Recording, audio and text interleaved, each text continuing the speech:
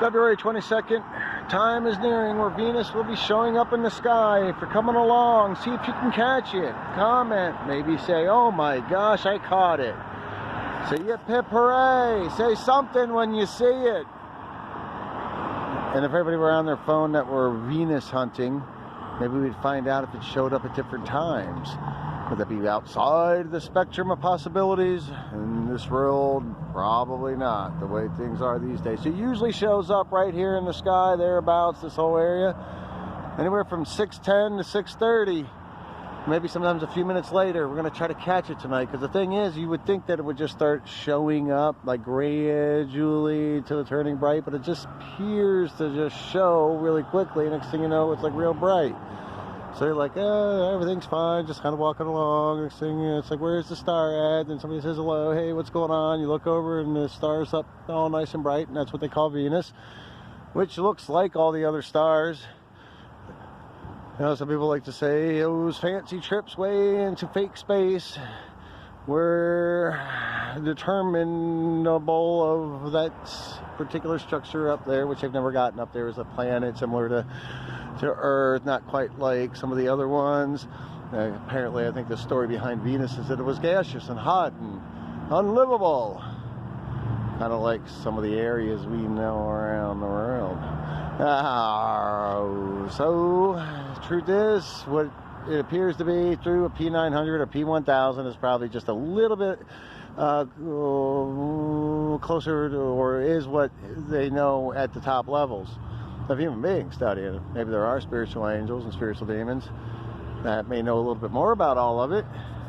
The rest of us get to guess and maybe get to be pushed along certain paths of sorts. But as far as, well, that sense and that intuition, maybe we don't even know what spirit side, if there is in our sides that have any sense to it. I mean, maybe if we just looked at it and called it and redid the whole thing, that this is what they are in 2020. It says as much as we reasonably know, that it would take down some of the cult-like attitude about, you know, what people put behind the stars and whatnot. Because a lot of cultures around the world, known or unbeknownst, and a lot of the ones that known, they're very studious when it comes to studying each and every one of the stars, and they matrixize it just like they do a lot of things. Would that be called matriculating? It might be that word. So what if we just kind of revamped everything and didn't have the extensions of the imaginations or the need to tell people what things are when we don't know what they are? Because we are the top government people. We're the ones that are supposed to set the structure for these cattle.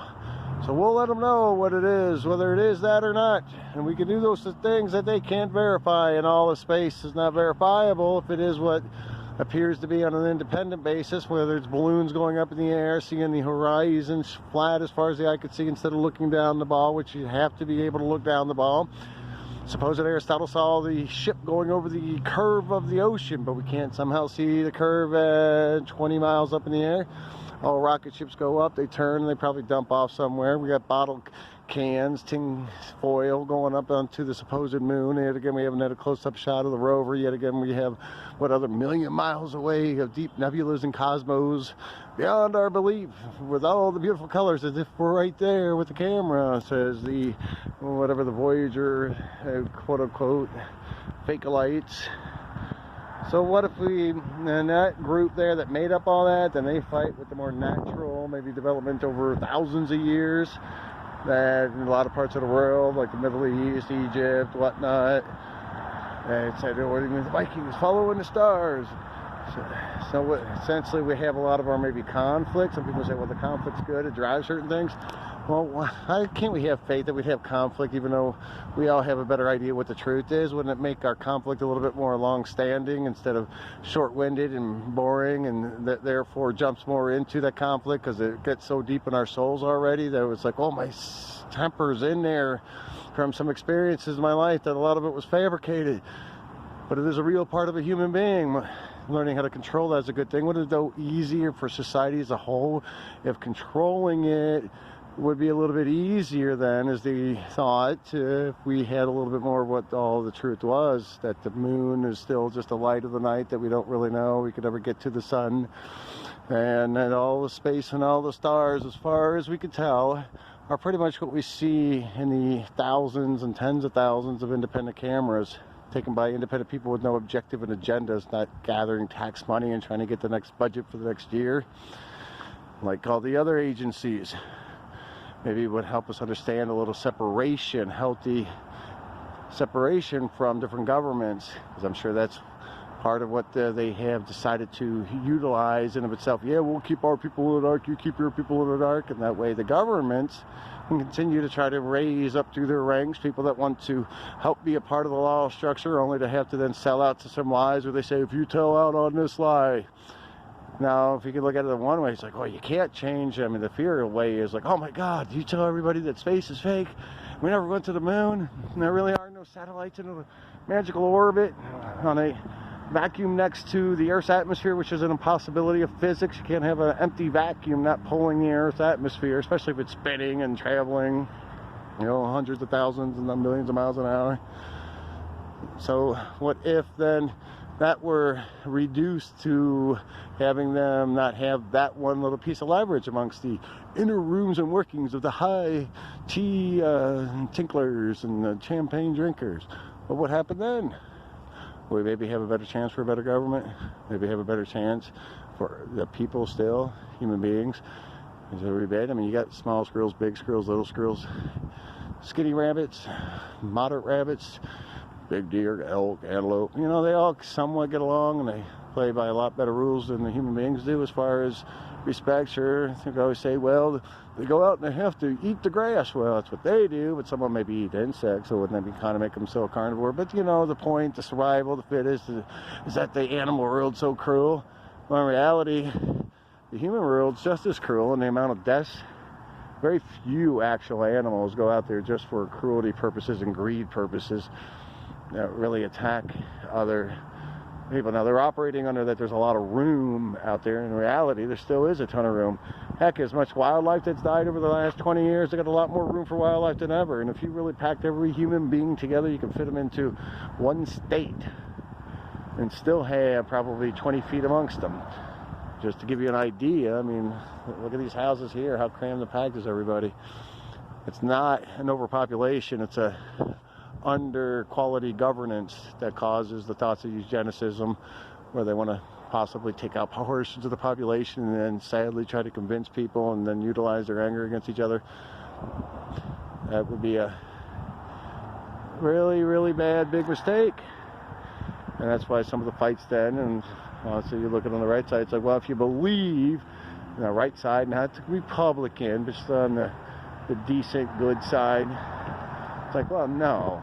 I'm not going to kill people just because they don't have enough space, but they're going to take the stresses of good people that are under stress, who are confused because they don't have the truth, and we don't have enough going on, and the establishment have gotten off path in so many areas that they're teaching us crazy things that gets off in all sort of wild transhumanism, mutagenic, control system type lights. These here blink a lot of times. Now, what is it? It's because it's all being set up as a grid system for human beings. Now, that's the result of not questioning, allowing establishment going unchecked. So wouldn't it be just nice if we could go back? You hear that statement a lot of times. Wouldn't it be nice to go back to the volleyball days on the beach and just walking along with the mule through the canyon? Would it be nice to go back to really believing that we have a lot more respect for life as a whole? That we don't need to have all this incredible human population grid system and microwaves just littering the air, planes littering air. But over there, of course, it's going down. See, you'll never see the plane going that way to the left of you. Like I'm standing here, to the right, to the left. You'll never see them going up like that, and to the right of you, you'll never see them going up like that. They'll always be going down to the right of you if they're traveling left to right, or coming up if they're to the right. If they're coming to you or left, they're always going up. If they're always coming to you, they're always traveling upward as well. Thank you for that quick interruption. Well, moving forward again here, what if we did go back to a more natural world, still be modern, still have vehicles, still have cars, still have roads? What if we step back in time and quit idolizing man-made science? And boy, isn't man-made. Feels like it's car salesman made to me. So if we see the skies as they really are, that's just one of the areas. That's why I focus on it a lot of times. That's why millions and millions of people focus on it. It's not just 0.0001% of the population. It's a huge portion of people these days that take a look into what we've all learned is this thing we call Earth, what our cities are, what our states are, what our countries are, what battles we've been in, what our history has been like. We put all those things together now. And if we do, I bet we're going to find a more comfort in our soul, a more easiness in our lifestyles, a little bit more overall satisfaction and happiness, a little more healthiness. That's what we're really having at our grasp if we want it. So it's going to be up to us. And so anybody watching this that agrees and have had these same thoughts, contributed to those same social conscious thoughts, be with it. And it doesn't mean that people don't, have competing stands, one offering the latest sports book and another one offering the latest gadget book. A lot of things remain the same. We just get rid of the big lies and kind of see what happens. It's also a way to keep the existing government in check in case they ever decide that they want to continue to pursue at an irresponsible level their aggressive attacks upon us from pretty much our food, water, air, TV, politics. It's all a big scam these days. Sure, they're real people, so they have the real moments.